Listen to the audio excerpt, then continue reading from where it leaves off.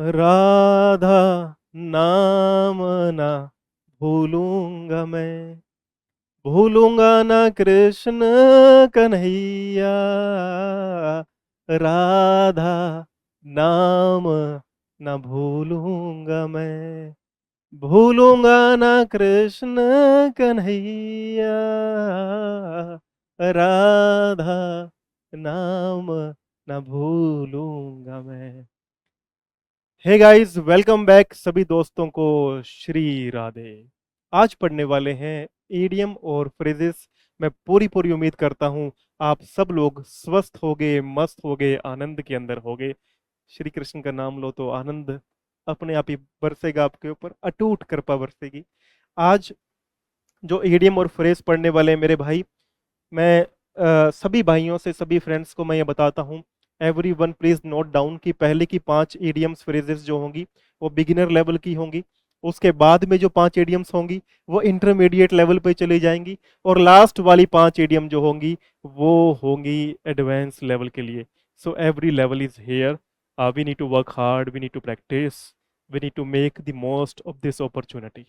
ये जो मौका है, ये जो अवसर है, इसका हमें बेस्ट यूज करना है। ठीक है दोस्तों। तो एक मजे की बात जो इस क्लास की आज है वो है कि हम लोग इमोजी से डिस्कस करेंगे इडियम्स और फ्रेजेस। बड़ी इंटरेस्टिंग रहेगी क्लास, एंजॉय करना, आनंद करना। और अगर आप लोगों ने इसको प्रेम प्यार दिया, लाइक किया, जैसे आप करते ही हो लाइक तो मुझे पता है, पर आते ही लाइक करते हो ना, तो यार ये क्या होता है, उन बच्चों तक पहुंचती है जिन्हें सही में इसकी नीड होती है मेरे दोस्त। तो बस वही करना है। अब आगे बढ़ेंगे और विदाउट मच फर्दर अडू हम लोग ईडियम्स और फ्रेजेस को डिस्कस करेंगे वन बाय वन। और कुछ एग्जाम्पल्स भी लेंगे, तार्किकता की बात भी करेंगे, और बड़े ही मजे से करेंगे। प्रीवियस ईयर से उठाए हुए क्वेश्चंस हैं ईडियम और फ्रेजेस के। आ जाओ तो चलो भाई, पहले करते हैं बिगिनर के लिए। पहला है हमारे पास में break the ice. Break the ice. Break the ice का मीनिंग क्या है? ब्रेक द आइस का मीनिंग है to start a conversation in a friendly way. किसी के साथ में मित्रतापूर्ण अपनी बातचीत स्टार्ट करना, उसे बोलते हैं हम लोग ब्रेक द आइस। ठीक है, एग्जाम्पल देखेंगे। उससे पहले थोड़ा सा सिचुएशन समझते हैं। मान लो आप दो लोग कहीं पे बैठे हो, फ्रेंड नंबर फर्स्ट यहाँ बैठा है, फ्रेंड नंबर सेकंड यहाँ बैठा है, और आपका बहुत समय से क्या हो गया है, झगड़ा हुआ है। अब बहुत समय से झगड़ा होता है तो बातचीत तो आपको पता है बंद ही होती है भाई। झगड़ा हो जाए दोस्तों के बीच में तो बातचीत हमारी क्या है, फिर बातचीत हमारी बंद है। अब बातचीत बंद है तो ना तो ए वाला दूसरे से बात कर रहा है, ना दूसरे वाला जो है वो ए वाले से बात कर रहा है। तो अचानक तीसरे फ्रेंड की एंट्री होती है, और तीसरा फ्रेंड दोनों को जाके समझाता है। जैसे मान लो सेकंड वाले के पास गया और उसको बोला, भाई एक काम कर, ऐसे ना बर्फ जमी हुई है तुम दोनों के बीच में, उस बर्फ को तू ही तोड़ दे। ठीक है। अब यहाँ बर्फ तोड़ने का सेंस ये है कि break the ice. Break the ice का मतलब है जो तुम दोनों के बीच में बातचीत नहीं हो रही है, जो असहजता है, जो कन्वर्सेशन स्टार्ट नहीं कर पा रहे हो, बातचीत स्टार्ट नहीं कर पा रहे हो, उसको ब्रेक कर दो। जो असहजता है उसको ब्रेक करो। तो ब्रेक द आइस हमारे पास में मीनिंग हो गया बातचीत को स्टार्ट करना। तो ब्रेक से समझो, ब्रेक का मतलब क्या है। कोई ऐसे समझो कि कोई माहौल बना हुआ था, कोई स्थिति थी जिसको तोड़ना है। तो वो परिस्थिति कैसी है कि दो लोगों के बीच में बात नहीं हो पा रही है, तो क्या बना, break the ice, to start a conversation in a friendly way. आ जाओ एग्जाम्पल समझेंगे। एग्जाम्पल देखो। पार्टी में जॉन ने माहौल को सहज बनाने के लिए एक मजाक सुनाया, एक जोक क्रैक कर दिया उसने। तो एग्जाम्पल क्या है? At the party John cracked कर दो टोल्ड की जगह पे, John cracked a joke to break the ice. At the party John told a joke to break the ice, या at the party John cracked a joke to break the ice.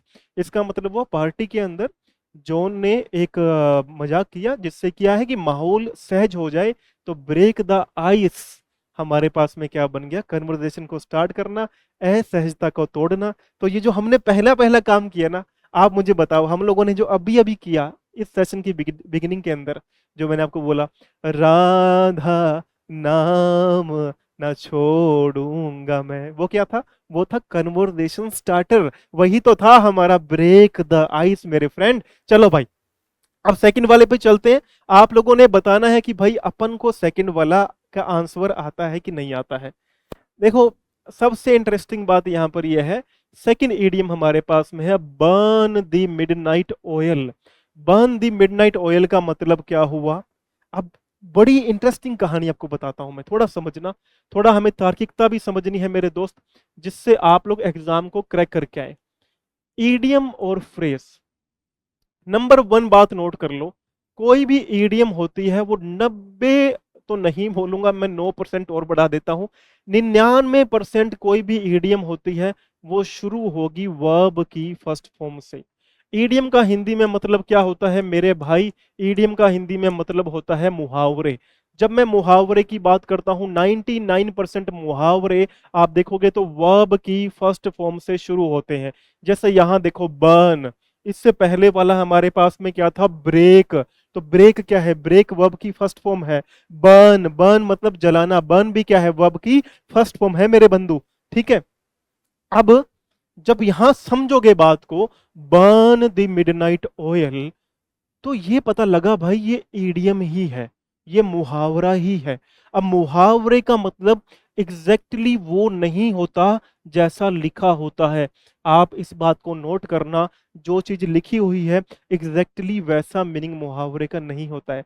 मुहावरे का meaning, idiom का meaning मेरे दोस्त मेरे भाई, थोड़ा सा फनी, थोड़ा सा लाइट, थोड़ा सा मजाकिया अंदाज में हो सकता है, या फिर सीरियस अंदाज में हो सकता है, बट गिवन कॉन्टेक्स्ट से सिमिलर नहीं होगा। जैसा लिखा हुआ है वैसा एग्जैक्टली नहीं होगा। ये आपको एग्जाम में आंसर ढूंढने के अंदर बड़ी हेल्प करने वाला है। मान लो 4 ऑप्शंस दिए हुए हैं, आपको पता लग गया वर्ब की फर्स्ट फॉर्म से शुरू हो रहा है, आपको ये भी आइडिया हो गया कि ये मुहावरा ही है, ये ईडियम ही है। ईडियम एग्जैक्टली वो मीनिंग नहीं होता जो लिखा हुआ है। तो जब यहाँ लिखा हुआ है ना, बर्न द मिडनाइट ऑयल, इसका मतलब ये नहीं है कि रात को उठ करके कोई तेल जला रहा है या दिया जला रहा है। वो कौन सी मूवी है? देवदास, सिलसिला ये चाहत का, वो नहीं कर रहा वो। तो वो बंदा मिडनाइट वो नहीं कि कोई प्रेमी दिया लेके निकला, ये तुम लोग हो, ये आप लोग हो जो करते हो ना बर्न दी मिडनाइट ऑयल, क्योंकि आप रात रात को उठ करके मेहनत करते हो मेरे भाई। छात्र जो है, स्टूडेंट जो है, नाइट में उठता है, पूरी रात पढ़ता रहता है उल्लू की तरह, तब जाके बच्चे का सिलेक्शन निकलता है मेरे दोस्त। तो वो क्या करता है? वो रात को कैंडल जलाता है, क्योंकि रात को वो नहीं चाहता कि पेरेंट्स की नींद खुले। अब वो कैंडल जलाएगा तो कैंडल जला के कैंडल के नीचे पढ़ाई कर रहा है, और पढ़ाई कर रहा है तो उसका मतलब है कि वो मेहनत कर रहा है। तो याद भी करनी है साथ साथ में हमें। मैं चाहता हूं कि आप यहां से सब कुछ याद करके जाएं मेरे दोस्त, ताकि नेक्स्ट एग्जाम में बैठे ना तो आपको बर्न दी मिडनाइट ऑयल में ये कैंडल आपके सामने दिखे, और आपको याद आए कि ये सिलसिला ये चाहत का वो नहीं है, ये सिलसिला मेहनत का। तो मेहनत का सिलसिला है मेरे भाई। बर्न द मिडनाइट ऑयल का मतलब क्या होगा? To work late into night, रात रात में जगकर मेहनत करना, देर रात तक मेहनत करना। बर्न द मिडनाइट ऑयल, आपने उठ के रात में कैंडल जला दी, वही आपका ऑयल है, वही आपने जलाया। एग्जाम्पल देखो, परियोजना को पूरा करने के लिए उससे रात भर काम करना पड़ा। कोई परियोजना थी, जब आपकी नौकरी लगेगी ना मेरे दोस्त मेरे भाई और मेरे सभी friends, I tell everyone that I am your friend philosopher and guide, and I also request everyone to use this as your WhatsApp status, and whenever somebody asks you who is this, you can simply reply he is my best friend, he is my friend for life. चलो भाई आगे बढ़ते हैं, आ जाओ मेरे मित्र। क्या लिखा हुआ है हमारे पास में? उसने परियोजना को पूरा करने के लिए देर रात तक काम करना पड़ा। She had to burn, she had to burn the midnight oil. आप देखो मिडनाइट ऑयल आ गया ना, तो she had to burn the midnight oil to finish the project. उसको प्रोजेक्ट को फिनिश करने के लिए उसको मिडनाइट ऑयल जलाना पड़ा, यानी हार्ड वर्क करना पड़ा। She had to burn the midnight oil to finish the project. यहां से एक बात और समझना मेरे दोस्त, ये जो हैड टू है ना, ये हैड टू आता है, एक तो हैड टू आएगा, एक मेरे भाई क्या आएगा आपके पास में? हैव टू आएगा। एक मेरे दोस्त आपके पास में विल हैव टू आएगा। हमें मेरे भाई समझना होगा कि ये had to, have to, will have to जो हमारे पास में है ना, ये मजबूरी बताते हैं, ये कंपल्शन बताएंगे। मान लो कोई काम करने की अनिवार्यता बतानी है, तो अगर पास्ट में हुआ तो आपने हैड टू बताया, प्रेजेंट में हुआ तो आपने हैव टू बताया, यहां आपने फ्यूचर के लिए क्या बताया, विल हैव टू बताया। जैसे इस एग्जाम्पल के अंदर आप हम क्या बोलने का प्रयास कर रहे हैं, परियोजना को पूरा करने के लिए उसे रात रात भर काम करना पड़ा, करना पड़ा, करना चाहती थी, करना चाहती है, वो अलग होता है मेरे दोस्त, करना पड़ा। जब करना पड़ा की बात करते हैं तो पता है कि मजबूरी में ही करना पड़ता है भाई।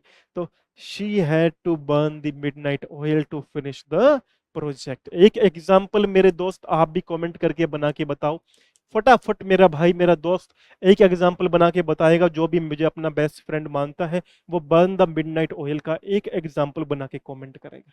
ठीक है मेरे भाई, चलो थर्ड नंबर। ये इंटरमीडिएट, सॉरी अभी बिगिनर वालों पे बात कर रहे हैं, बिगिनर वालों की बात कर रहे हैं। देखो, cry over spilt milk, cry कर रहा है, रो रहा है, रो रहा है, रोना हो रहा है यहाँ पे, ये रो रहा है, ये इमोजी है। तो क्राई ओवर, क्राई ओवर का मतलब हो गया रोना, सिंपल सी बात है। स्पिल्ट क्या होता है, स्पिल्ट होता है बिखरा हुआ, बिखरा हुआ। ठीक है मेरे बंधु, जब बिखरा हुआ की बात करेंगे वहां बोलते हैं क्राई ओवर स्पिल्ट मिल्क, यानी जो दूध बिखर गया है उसके ऊपर रोने का क्या फायदा। कहने का मतलब है जो काम हो गया है अब उस पे पछताने का क्या फायदा। हिंदी में बोलते हैं ना कि अब पछताए होत क्या जब चिड़िया चुग गई खेत, जब कार्य हो ही चुका है मेरे बंधु मेरे भाई, तो अब पछताने का कोई फायदा हमारे पास में नहीं रह जाता है। चलो भाई आगे देखते हैं मेरे दोस्त। देखो आगे है हमारे पास में, इसका एग्जाम्पल क्या हुआ, मीनिंग क्या हुआ, to be upset about something that can't be changed. ऐसी चीज के बारे में अपसेट होना जो चेंज नहीं हो सकती। तो आप ये ध्यान रख लो बस कि ये रोने वाली बात है, आप रो रहे हो किसी बात के लेकर, क्योंकि वो दूध क्या है, बिखर गया है। तो अब जो दूध बिखर गया है तो अब उस पर रोने का फायदा हमें नहीं है। जो हुआ उसको लेकर दुखी होना बेकार, हिंदी में मीनिंग है। और एग्जाम्पल क्या है, क्या बोलने का प्रयास कर रहा है, देखो यहां से समझना, जो हुआ उसे लेकर दुखी मत हो, वह बदल नहीं सकता। Don't cry over spilt milk, it can not be changed. यानी जो हो चुका है उस पर मत रो मेरे मित्र, इट कांट बी चेंज्ड, ये बदल नहीं सकता। पर तुम एक बेहतर कल लिख सकते।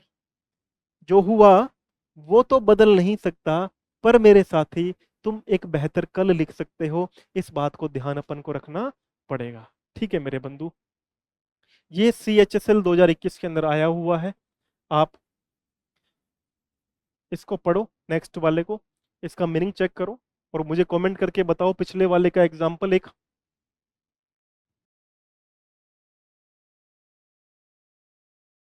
चलो मेरे बंधु, कट कॉर्नर्स, कट कॉर्नर्स का मतलब क्या होता है मेरे साथी। कट कॉर्नर्स, देखो ये क्या कर रहा है, ये काट रहा है कैंची से और ये दौड़ रहा है, यानी ये जल्दी जल्दी में कोई काम पूरा कर रहा है। जो काम है उसे अच्छे से ना पूरा करना और जल्दी जल्दी से कर लेना, उसे बोलते हैं कट कॉर्नर्स। गवर्नमेंट के जो काम होते हैं ज्यादातर वो कट कॉर्नर्स होते हैं। आप मेरे बंधु मेरे भाई देखो, कोई ब्रिज बन रहा है, कोई पुल बन रहा है, उस पुल के निर्माण में मेरे दोस्त कितनी चीजें ऐसी होती हैं जो आपने खुद ने देखी होंगी, नोटिस करी होंगी कि अच्छे से नहीं बनी होती। तो वो क्या करते हैं, जो भी लोग इस चीज में इन्वॉल्व होते हैं in the making of that bridge, वो क्या करते हैं, वो कट कॉर्नर्स करते हैं। यानी टू डू समथिंग चीपली और quickly by ignoring rules, rules नियमों को इग्नोर करते हुए कुछ भी जो है जल्दी करना, चीपली करना, सस्ते में कर देना, पैसा बचाने के लिए। देख रहे हो यहाँ पर ये आदमी क्या कर रहा है, ये बंदा जो है ये यूं करके दौड़ लगा रहा है। दौड़ लगाने का मतलब मेरे बंधु क्या है, ये जल्दबाजी में काम कर रहा है। और ये क्या कर रहा है, यहाँ से कैंची लेके जो काम है ना उसको काट रहा है, बस कट जाए काम पूरा हो जाए, है ना। ठीक है जैसे हम लोग क्या करते हैं, जो फॉरेन कंट्रीज होती है, people there have their pastime, लोगों का पास टाइम होता है वहां पर।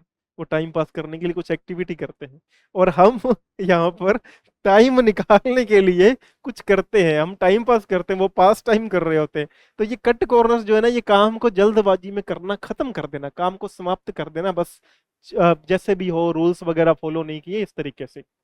ये एग्जाम में आ सकता है। RRB NTPC 2019 के अंदर आया हुआ है मेरे दोस्त, इसको लाइटली नहीं ले सकते। तो हमें ध्यान रखना पड़ेगा मेरे भाई कि ये आ सकता है। काम में किफायत करना या नियम को नजरअंदाज करना। They cut corners to finish the work early.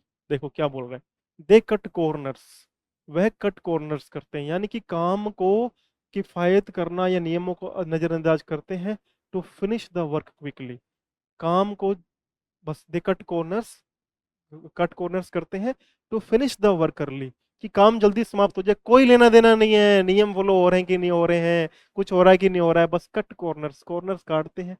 आप इसको ऐसे याद करो, कोई पुल का निर्माण हो रहा है, कोई ब्रिज का निर्माण हो रहा है, वहां जो कॉन्ट्रैक्टर है, ठेकेदार साहब है, उन्होंने उसके जो कोने हैं वो काट दिए हैं, अच्छे से बनाई नहीं है। तो कट कॉर्नर्स का मतलब क्या होगा कि अच्छे से किसी चीज का निर्माण नहीं किया, किफायती तरीके से पैसे बचाने के लिए जल्दबाजी में काम खत्म कर दिया है। एक यहां मुझे अच्छी बात याद आई, थर्ड इडियम के ऊपर। जीवन में कितनी भी विपरीत परिस्थिति आ जाए, रोना मत। एक दो चीजें हैं, फॉलो कर लेना।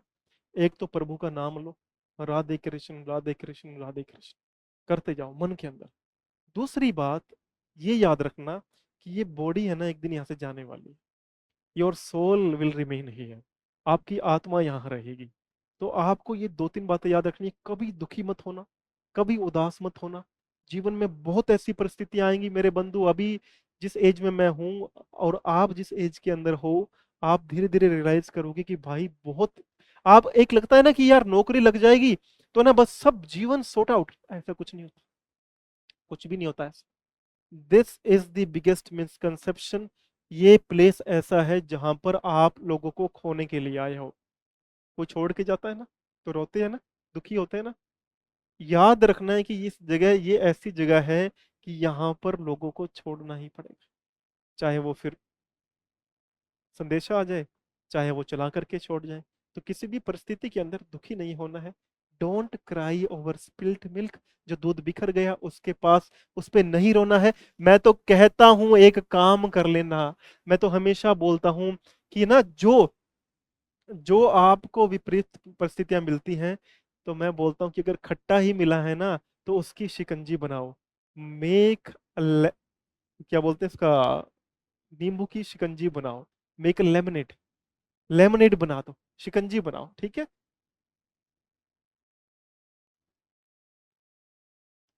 आ जाओ, इन अ नट शेल, और ये पांचवा और लास्ट हमारा है। और ये किसका है मेरे बंधु, ध्यान रखना एक चीज और, ध्यान रखना कि ये जो फ्रेजेस और एडियम्स कहीं लिखा हुआ है ना कई जगह पे, ये सही टाइपिंग नहीं हुई है, क्योंकि कई बार मैंने देखा अभी इसी के अंदर एडियम के आगे भी फ्रेज लिखा हुआ है, फ्रेज के आगे भी एडियम लिखा हुआ है। तो कोई दिक्कत नहीं है। देखो, इन a nut shell, in a nut shell का मतलब क्या होता है मेरे भाई, आपको याद रखना पड़ेगा। इन अ नट शेल का मतलब होता है कोई भी चीज को छोटे रूप में समझा देना। टू समराइज ब्रीफली, छोटे रूप में संक्षिप्त में कह देना। To summarise briefly, in a nutshell the exam was easy. मैं अगर संक्षिप्त में बोलूं, in a nutshell the exam was easy. Okay, assume let's assume now that you went you wrote your exams, you wrote your SSC exams and you went there, and when you returned from there, when you returned from there, you just came to me and you told me one thing, sir. In a nutshell, you told me, sir, the exam was easy, exam बड़ा ही आसान था। तो in a nut shell का मतलब क्या होता है, to summarise briefly.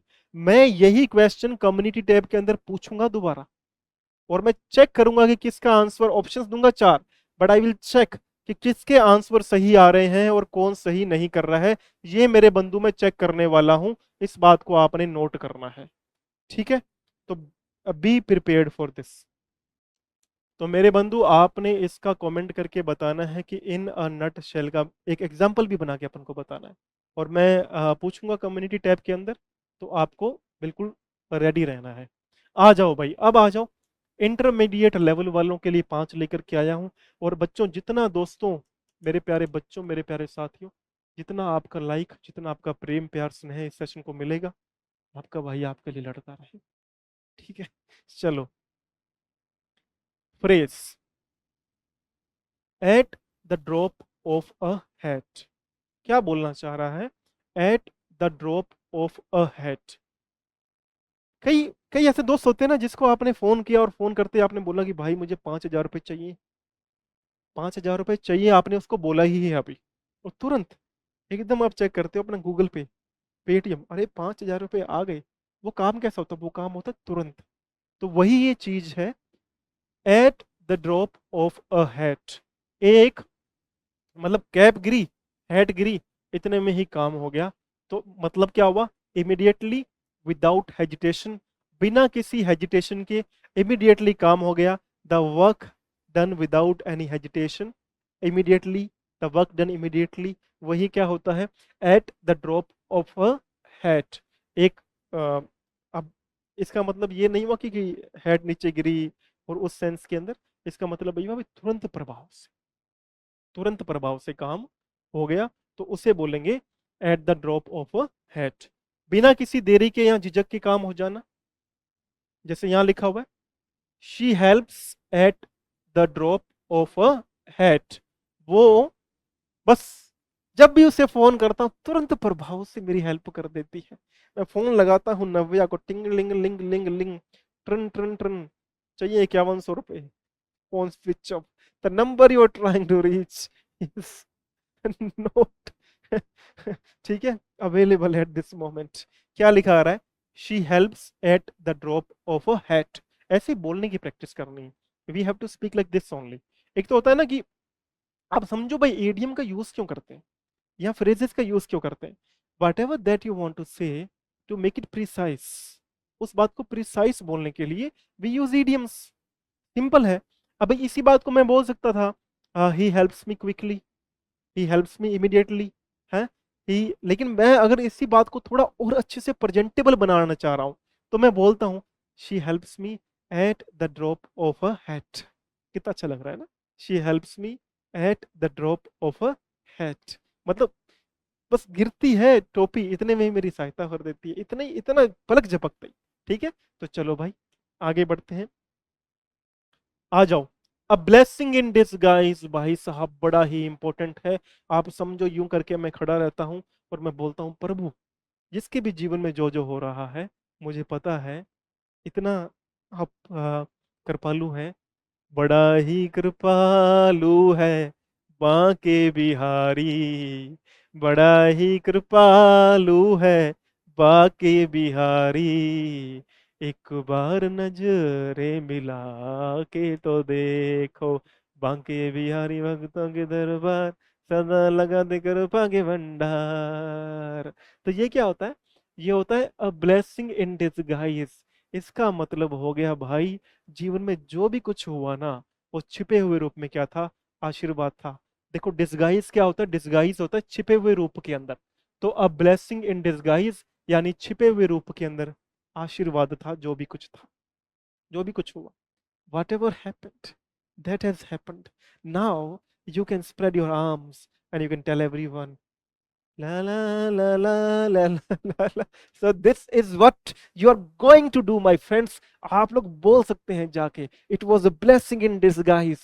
ये छुपे हुए रूप में आशीर्वाद था। बोलना है कमेंट करके एक मुझे, to on a very serious note, आप एक बना करके, एक एग्जाम्पल बना करके आपको कमेंट करना है और बताना है कि क्या इसका एग्जाम्पल बन सकता है। देखो क्या बोल रहा है, losing the job was a blessing in disguise. बोल रहा है जो नौकरी मेरे हाथ से चली गई, it was a blessing in disguise, ये छिपे हुए रूप में आशीर्वाद था। तो आपको भी बताना है, एक जरूर बना के बताना है, क्योंकि होता है जीवन में सबके, आप सबके, I know, I know that, I know all of you, I know, जीवन में कभी ना कभी आपके साथ में ऐसा हुआ, जब आपको महसूस हुआ कि यार जो भी हुआ ना, वो अच्छा ही हुआ, वो छिपे हुए रूप में आशीर्वाद था। तो उसे बोलते हैं अ ब्लेसिंग इन डिसगाइज। कौन कौन कमेंट करके बताएगा? एक एग्जांपल के साथ में कि क्या आपके जीवन में it was a blessing in disguise. Let's say I tell that I left my bank service a few years ago, but now I tell everyone that I'm proud that I took that decision. So yeah, it was a blessing in disguise. So you can also make a comment, tell us. Okay. ये आया भी हुआ है भाई, IBPS RRB 2019 के अंदर आया हुआ है। चलो मेरे दोस्त आगे बढ़ते हैं। Idiom, hit the nail on the head. देखो ये क्या बना हुआ है, बचपन में खेलते थे ना ये वाला, सुई लेकर के और यूं बोलते थे बिंगो, बिंगो बोलते थे ना। तो ये क्या है, hit the nail on the head. ये आप समझो कि आप एक गेम खेलने गए और उसने बोला भाई अगर इस बीच वाले पे मार दोगे ना तो 5100 रुपए का इनाम है। तो आपने क्या करा, आपने बिल्कुल सटीक मार दिया बीच में ही। वही तो है hit the nail on the head. क्या मतलब बना, टू से एग्जैक्टली द राइट थिंग, बिल्कुल सही बात कहना या सही काम करना। तो जैसे आपने यहाँ की, आप बिल्कुल प्रिसाइज थे, बिल्कुल बीच में जाके लगाया आपने, वही बना यहाँ पे कि सही बात कहना। एग्जाम्पल क्या बनेगा, आपने टिप्पणी में सही बात कही, you hit the nail on the head with your comment. You hit the nail on the head with your comment. अब ऐसे भी बोल सकते थे, you were exactly right, you were correct, your answer was appropriate, आपका answer उचित था। But हमने क्या बोला है कि ईडियम्स, फिर से समझेंगे कि ईडियम्स उसी मीनिंग को थोड़ा सा और अच्छे से रिप्रेजेंट करती है, इसलिए उनको बोलते हैं ईडियम्स, मुहावरे। ठीक है, तो आप अब आगे से बोले तो आप किसी को भी बोले Bingo, you hit the nail on the head, तुमने बिल्कुल सही बात बोली है या सही काम किया है। ठीक है, तो you hit the nail on the head with your comment. MTS 2021 के अंदर आया हुआ है मेरे भाई, ये भी ध्यान रखना कि एसएससी एमटीएस 2021 के अंदर ये आया हुआ है। एक टीचर की मुझे याद आ गई, वो ऐसे ना, जो टीचर्स तो we all have enjoyed in school days and college days. तो वो आते थे और वो आके अभी दिल्ली के टीचर हैं वो, मैं उनका नाम नहीं लूंगा बिकॉज ये उनका नाम लूंगा तो काम गड़बड़ हो जाएगा। और अब अच्छे खासे आप लोग उनके फॉलोवर्स भी हो, लोग उनको बड़ा फॉलो करते हैं, बड़े प्रेम प्यार से बात कर बड़े प्रेम प्यार करते हैं आप उनसे। लेकिन मुझे एक है ना, उनकी एक चीज खास लगती है, वो कोई भी बात बताएंगे ना तो वो, जैसे यहाँ खड़ा हूं ना मैं, तो यहाँ खड़े होंगे ना, तो यहाँ खड़े होने के बाद वो यहाँ से नहीं बोलेंगे, वो यूं चल के आएंगे। तो मेरे भाई देखो एसएससी ने कर दिया है कमाल कमाल कमाल। एसएससी नहीं लेने वाला अपने स्टेप्स पीछे, मैं आपको बता रहा हूं मेरे भाई, आकर के यहीं से पता चलेगा। तो वो मुझे कमाल लगते हैं यार वो आदमी। आप कमेंट करके बताओ कि कौन है वो आदमी। ठीक है, चलो ईडीएम पे आ जाओ। ये बड़ी बड़ी इंपॉर्टेंट ईडीएम है, बड़ी ही अच्छी ईडीएम है। Let the cat out of the bag.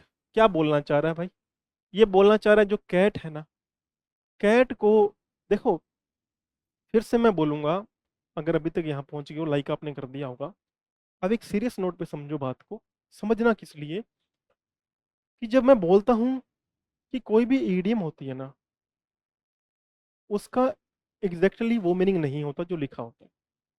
जैसे यहां देख रहे हैं, let the cat out of the bag. अब हमें ये बात समझ आनी चाहिए भाई, इसका मतलब ये तो नहीं ही हो सकता कि बिल्ली को बैग में से बाहर निकालो। बैग, बिल्ली, कैट, कैट को बिल्ली, बिल्ली को बैग से बाहर निकालो, ये मीनिंग इसका नहीं हो सकता मेरे बंधु। इस बात को अपन सबको समझना होगा कि एग्जैक्टली जो लिखा होता है वही इसका मीनिंग नहीं हो सकता ईडीएम का, क्योंकि ईडीएम का मीनिंग डिफरेंट होता है गिवन कॉन्टेक्स्ट से। आप इतनी सी बात पहचान लें कि जो ईडीएम ऊपर लिखी हुई है उसका मीनिंग एग्जैक्टली वही नहीं है। उसका मीनिंग फनियर हो सकता है, मजाकिया हो सकता है, लाइटर हो सकता है, हल्केपन में हो सकता है, सीरियस हो सकता है, लेकिन एग्जैक्टली वही मीनिंग नहीं हो सकता। एग्जाम्पल के लिए अगर मैं यहां लिखता हूं किक द बकेट, अगर अब इस बात को आप समझो तो किक हमारे पास में क्या है, वर्ब की फर्स्ट फॉर्म है। तो एक बात तो पता लगी भाई, ये ईडीएम है। ठीक है। दूसरी बात, अब किक द बकेट की अगर मैं आपको 4 ऑप्शन दूं और मैं लिखता हूं कि पुट द बकेट, समझना बात की मैं गंभीरता जो बता रहा हूं। To keep the bucket somewhere, या मैं लिखता हूं to to throw to throw the bucket. अच्छा, और एक मैं यहां लिख देता हूं टू डाई। अब देखो, किक द बकेट मतलब बकेट को लात मारी। अब लात मारी ईडीएम है तो एग्जैक्टली वही तो मीनिंग नहीं हो सकता मेरे भाई बंधु, यानी कि उससे हटके मीनिंग है, उससे कॉन्टेक्स्ट से अलग मीनिंग है। तो यहां जब मैं समझता हूं ये बात पता लग गई, भाई बकेट का इसमें कोई लेना देना नहीं है, तो पुट द बकेट भी नहीं आएगा, कीप द बकेट भी नहीं आएगा, थ्रो द बकेट भी नहीं आएगा, क्या आएगा? टू डाई हमारे पास में आएगा, मर जाना। तो आप देख रहे हो लिखे हुए कंटेक्स्ट से कितना अलग है ये। तो ईडीएम लाइटर हो सकती है, फनी हो सकती है, सीरियस हो सकती है, वो most of the times verb की फर्स्ट फॉर्म से शुरू होगी, बट उसका मीनिंग लाइटर होगा, फनियर होगा, सेम नहीं होगा। तो जैसे यहां पर, अब इसका मतलब ये नहीं कि बिल्ली को बैग से बाहर निकालो, नहीं, इसका मतलब है to reveal a secret by mistake. यानी इस बैग के अंदर कोई मान लो पर्ची है, तो वो कैट की जगह आप वो पर्ची बाहर निकाल रहे हो, वो चिट आप बाहर निकाल रहे हो, तो वो रहस्य आप बाहर निकाल रहे हो। To reveal a secret by mistake, let the cat out of the bag, तो बिल्ली नहीं लेकिन कोई रहस्य आपने बाहर निकाल दिया। To reveal a secret by mistake, गलती से रहस्य खोल देना। He let the cat out of the bag about the surprise, उसने क्या किया? He let the cat out of the bag about the surprise, कोई सरप्राइज था, कोई प्लान किया था। He let the cat out of the box about the surprise, जो surprise था वो छुपाना था, लेकिन उसने क्या किया? उसने रहस्य खोल दिया बाय मिस्टेक। तो उसका मतलब क्या बना? Let the cat out of the box. Example क्या बनेगा? He let the cat out of the box about the surprise, जो सरप्राइज था, जो रहस्य था, जो प्लान किया था सरप्राइज, उसको रहस्य को उसने खोल दिया, और इसको बोलते हैं let the cat out of the box. ठीक है। अब कई देखो, और पक्का पक्का याद कैसे करना है, परमानेंट दिमाग में बैठ जाए भाई, let the cat out of the bag का मतलब यही होता है। And now I will not say that I disclosed something. Disclose का मतलब क्या होता है? रहस्य खोलना। तो मैं ये नहीं बोलूंगा कि मैंने कुछ डिस्क्लोज कर दिया है, नहीं। मैं ये भी नहीं बोलूंगा कि आई आई मैंने वो सीक्रेट रहस्य जो है सबको बता दिया है, नहीं। मैं डिस्क्लोज नहीं बोलूंगा, मैं रिवील नहीं बोलूंगा। रिवील का मतलब भी क्या होता है? रिवील का मतलब होता है किसी बात को किसी के सामने ला करके रख देना। तो मैं रिवील नहीं बोल रहा हूँ, मैं डिस्क्लोज नहीं बोल रहा हूँ। मैं क्या बोल रहा हूँ कि बिल्ली जो होती है ना, बिल्ली बड़ी फुर्तीली होती है, जहां बैठी है ना वहां पहुंचेगी। तो अगर आपने यहाँ कोई बात बताई है कैट को, तो कैट जाएगी कुर्र करते हुए, जल्दी दूसरी जगह पे पहुंचेगी। तो रहस्य क्या है? बड़ी जल्दी ट्रेवल करता है अगर बिल्ली को पता चल जाए तो। बस ये है, यहाँ से याद कर लो भाई, let the cat out of the box. अगर बिल्ली को बॉक्स से बाहर निकाल दिया तो वो पुर्र करके भौंकेगी, दूसरे को बताएगी, रहस्य खुल जाएगा। तो let the cat out of the box का मतलब होता है रहस्य खोल देना, कोई ऐसी बात थी किसी को बता देना। चलो भाई आगे बढ़ते, मैं पूरा पूरा प्रयास कर रहा हूँ कि आपको यहां से आज याद ही करवा के भेजूं। आगे देखो मेरे भाई, under the weather. Under the weather, देख रहे हो, है ना? मौसम का मजा लेने बाहर निकले थे हमारे राजा बाबू, और फिर हुआ क्या? बरसात पड़ी, बरसात पड़ी, वेदर, मौसम, और इनको क्या हो गया? बुखार हो गया। तो वेदर, अंडर द वेदर का मतलब है बुखार हो जाना, फीलिंग इल, तबीयत ठीक ना होना। I am feeling under the weather today, मैं आज, मेरी तबीयत आज ठीक नहीं है। एसएससी सीजीएल 2021 के अंदर ये आया हुआ है। कई बार हमें ये बोलना होता है कि आपको फोन आता है कि हाँ भाई अभी तक आए क्यों नहीं, पार्टी वार्टी है, भाई का सिलेक्शन हो गया आ जाओ। तो आप बोलते हो कि I can't come today, I can't come today because I am feeling under the weather today. आज मैं अंडर द वेदर फील कर रहा हूँ, यानी कि आज मेरी तबीयत खराब है। तो when you say under the weather, under the weather means that you are not fine, you are ill. Okay, so we can say that I am feeling under the weather today. That means I am not fine. Is it? It's a very simple one, but आपको याद करना है मेरे दोस्त। Let's move ahead. हाँ, ये थोड़ी सी अब लेवल यहाँ से थोड़ा सा उठ जाएगा, और लेवल उठेगा तो अभी तक कितने बच्चों ने कितनी दिमाग में बना ली है, कितने दोस्तों ने कितनी दिमाग में एग्जाम्पल बनाए हैं, अभी तक कमेंट मुझे आ जाना चाहिए। और जितना ही मैं बोलता हूँ इस सेशन को जितना आपका प्रेम प्यार बनेगा मिलेगा, उतना ही जल्दी I will be motivated to work harder, और फिर I will come back with another one. फिर मैं एक और लेके आ सकता हूँ। But I need to know ना कि you guys are liking it, और you guys are working on it, you guys are making examples, and you need to comment. And when you comment, I'll understand that you are understanding everything. That's very simple. Okay, move ahead. Idiom: a thorn in the flesh. Flesh, what is flesh? Flesh means the part of our body, और हम लोग बोलते हैं कि मांस, मांस का टुकड़ा, ठीक, मांस के सेंस में। और थोर्न क्या होता है? थोर्न होता है कांटा। अब आप समझो एक थोर्न है जो आपके मांस के एक, कई बार क्या होता है ना, आप कोई काम कर रहे होते हो, लेट्स से क्लीनिंग कर रहे हो, डस्टिंग कर रहे हो, या कहीं गए ट्रैवल करने के लिए, तो एक हल्का सा ना कई बार फिंगर्स के अंदर यहाँ पे कुछ कांटा वांटा चुभ जाता है। तो वो थोन जो है वो उसके अंदर चुभ गया। अब वो चुभेगा ना तो पूरा दिन आप परेशान रहोगे, इरिटेट रहोगे। जैसे कई बार आंख में कुछ चला जाता है, पूरा दिन परेशान रहते हैं, दुखी रहते हैं, फिर वो मसलते रहते हैं पूरा दिन, पूरा दिन खराब निकलता है उसकी वजह से। तो वो वही ये चीज है। A thorn in the flesh का मतलब है a constant source of annoyance, झुंझलाहट का एक निरंतर स्रोत, यानी भाई परेशानी का लगातार एक कारण, उसे बोलते हैं थॉर्न इन द फ्लैश। ठीक है, एग्जाम्पल देखो। His constant complaints are a thorn in the flesh. उसकी कांस्टेंट क्या होता है? लगातार कंप्लेंट्स जो आ रही हैं, are a thorn in the flash. उसकी जो लगातार कंप्लेंट्स आ रही हैं, लगातार जो शिकायतें वो करता रहता है, वो मेरे लिए थॉर्न इन द फ्लैश है। तो आप भी एक बना करके बताना, what is thorn in the flash for you. आपके लिए क्या एक कांटे वाली सी बात है, क्या चुभन चुभन वाली बात है, को क्या चीज आपको ज्यादा अनोय करती है, उसका एक एग्जाम्पल बना के कमेंट करो, तब आपको ये अच्छे से याद हो जाएगा। ठीक है, यूपीएससी प्रीलिम्स के अंदर आया भाई 2019 के अंदर, तो इम्पोर्टेंट तो फिर अपने आप ही हो चुका है ना। एक मैं आपको चीज और बोल रहा था, आपको मुझे ये बताना है, ये जो कंप्लेंट्स वर्ड है, देखो पहले भी मैंने कई बारी बात करी, एक होता है complaint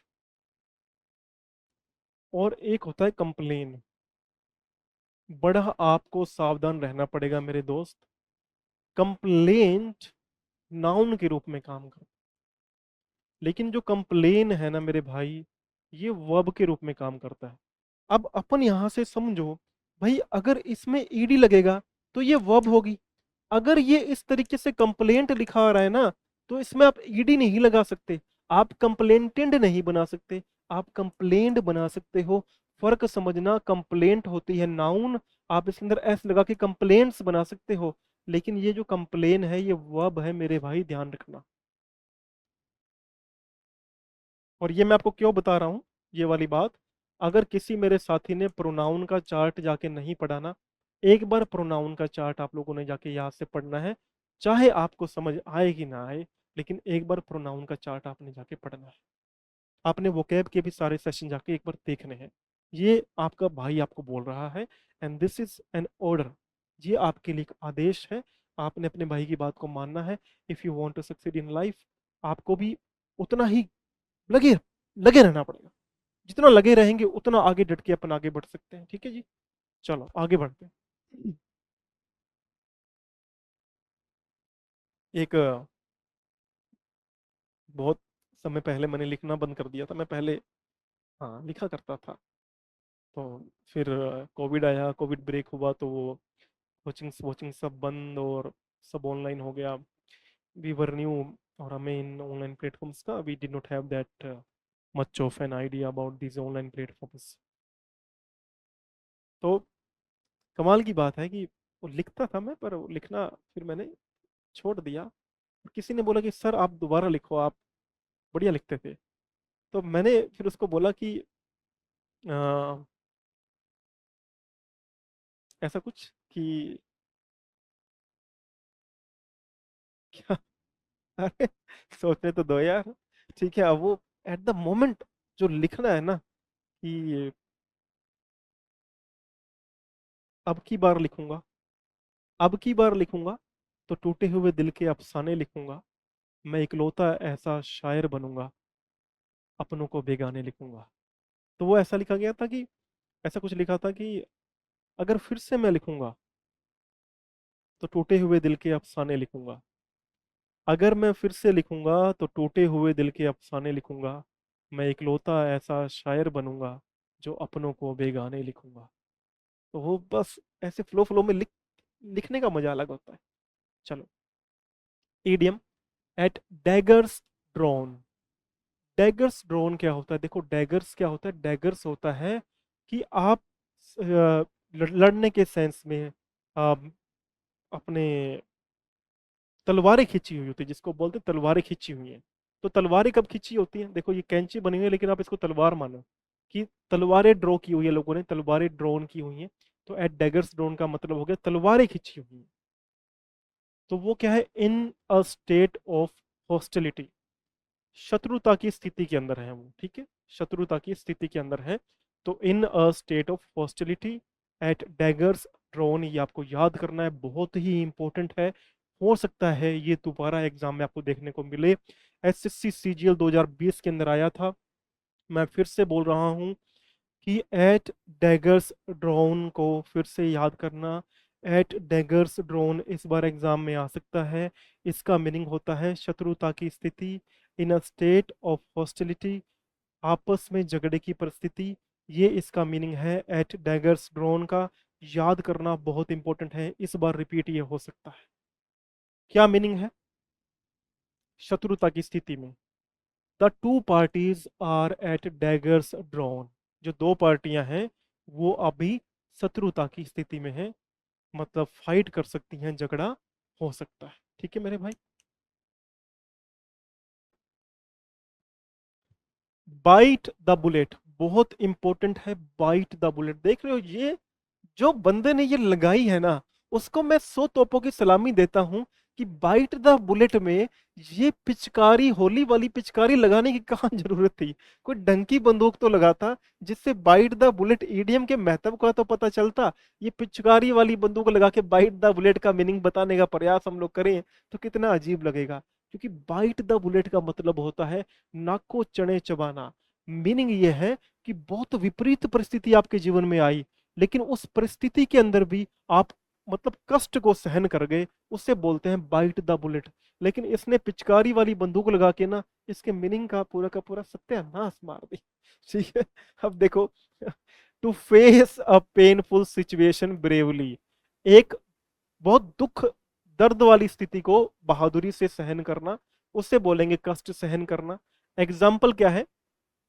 she bite the bullet and faced the surgery, उसने बुलेट को चबा लिया का मतलब क्या है? कष्ट सहन कर लिया। एंड फेस्ड द सर्जरी, और सर्जरी को उसने सामना किया हिम्मत दिखाते हुए। अभी recently we were in a hospital and my brother was admitted, but he also bite the bullet, उसने भी बुलेट को बाइट किया। उसने भी बड़ी ही मजबूती से, है ना, परिस्थिति का सामना किया। तो ये होता बाइट द बुलेट। चलो भाई आगे बढ़ेंगे। ठीक है जी, आगे बढ़ेंगे। ये बहुत इंपॉर्टेंट ईडीएम है, एसएससी जीडी 2019 के अंदर आई हुई है। हो सकता है दोबारा ये आ जाए। Burn the candle at both ends, और ये आपके जीवन से जुड़ी हुई है मेरे भाई, मेरे दोस्त। Burn the candle at both ends. Burn the candle, candle क्या होती है? मोमबत्ती होती है। पहले हमने मोमबत्ती का पढ़ा था। बर्न द मिडनाइट ऑयल, याद है ना? यहाँ तक पहुंचे हो ना? पक्का है ना? तो बर्न दी मिडनाइट ऑयल क्या था? बर्न दी मिडनाइट ऑयल था कि रात्रि को जग करके मेहनत करना, वर्क लेट इनटू नाइट। यहाँ क्या है? Burn the candle at both ends, जला तो आप फिर भी मोमबत्ती ही रहे हो, यानी कि कर तो मेहनत ही रहे हो, लेकिन इधर भी जला रहे हो और इधर भी जला रहे हो, तो दोनों तरफ जला रहे हो, तो मतलब ज्यादा काम कर रहे हो। To overwork yourself by doing too much, ज्यादा काम कर लेना, अधिक काम करना और अपनी सेहत खराब कर लेना।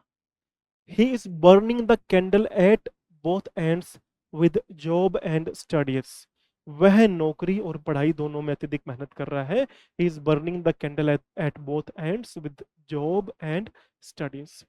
वी, ये समझ आया भाई? Both, burn the candle at both ends, दोनों तरफ मेहनत करना, ज्यादा मेहनत करना, ओवर वर्क कर लेना, है ना? इस तरीके से ये आएगा। और सबसे मेरे बंधु, सबसे खास बात मैं आप लोगों को बताने वाला था कि हम में से बहुत से बच्चे, हम में से तो क्या, मैं तो बूढ़ा हो गया हूँ आप में से बहुत से बच्चे ये करते हैं। मैंने देखा है कि वो ना बेचारे, बेचारे तो नहीं बोलूंगा, because I I I want to motivate them. तो वो लगे रहते हैं, मतलब काम भी करते हैं। बहुत से बच्चे, बहुत से बच्चे हैं जो काम भी करते हैं, नौकरी भी करते हैं, और फिर पढ़ते भी हैं।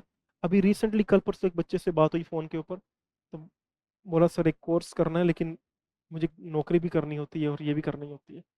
तो बहुत से बच्चे ऐसे हैं जो दो चीज़ें करते होते हैं, और वो नौकरी भी करते हैं और साथ में पढ़ाई की तैयारी भी करते हैं, तैयारी करते हैं ताकि नौकरी लग जाए अच्छी वाली। बहुत बहुत अच्छे बच्चे हैं, बहुत मेहनत करते हैं। आप लोग भी बहुत अच्छे हो, लगे रहो, लाइफ के अंदर कुछ ना कुछ अच्छा होता है। इस बात को बिलीव में रखो और हैव फेथ, ठीक है? एक मैं कुछ यहाँ से आपको इम्पोर्टेंट बात बता रहा था। कुछ बहुत खास बात थी जो मुझे अभी सडनली एक मेरे दिमाग में पॉपअप करी, और अभी वो पॉपअप करके फिर कहीं और चली गई है, ठीक है? तो मैं फिर से भूल गया हूँ। एक ऐसा कुछ शायद तक था कि, हाँ, एक तो देखो दोस्तों, इस सेशन को अपने व्हाट्सएप स्टेटस पे लगाना, क्योंकि मैं शेयर नहीं करता हूँ कहीं पे। So that becomes your duty to share with your friends.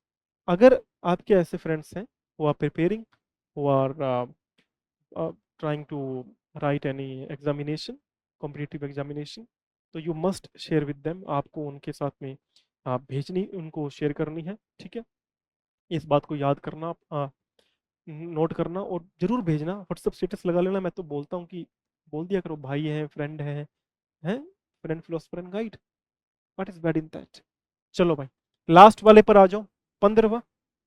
और जितना 15वां है, लास्ट क्वेश्चन है हमारा एडीएम्स का। मैं बोलता हूँ जितना आपका इस सेशन के ऊपर प्रेम प्यार मिलेगा, उतनी ही जल्दी सेकंड सेशन ऐसा आएगा, और इससे और अच्छी मेहनत करेंगे अपन, अपने और ज्यादा इसको इनहेंस करेंगे, जिससे आपको और भी चीजें क्लैरिटी में आए। क्या है थ्रो इन द टाल? थ्रो इन द टाल का मतलब क्या होता है? देखो, आप ये समझो, आप नहाने के लिए गए, आपने आधा घंटा साबन ढूंढी, साबन आपको नहीं मिली। जब साबन आपको नहीं मिली, तो आपने तौलिया खोल दिया, तौलिया नीचे गिर गया, आपने हार मान ली कि मैं आज रुखा स्नान करने वाला हूँ, मैं टॉवल नीचे फेंकता हूँ, मैं हार मानता हूँ। तो थ्रो इन द टाल का मतलब होता है हार मान लेना, टू गिव अप और एडमिट डिफीट, हार मान लेना। After many many failures he through in the टाल, उसने टाल को फेंक दिया। After many failures he through in the टाल, उसने टाल को फेंक दिया। कई असफलताओं के बाद में उसने हार मान ली। ये RRB ग्रुप डी 2020 के अंदर आया हुआ है, इस बात को याद रखें। तो आज के लिए सभी दोस्तों को प्रणाम, जय श्री कृष्णा। मिलेंगे अगले सेशन में, और बस वही बात, मेहनत करते रहो, जरूर आप लाइफ में बहुत आगे जाने वाले हो। Thank you so much. Thank you every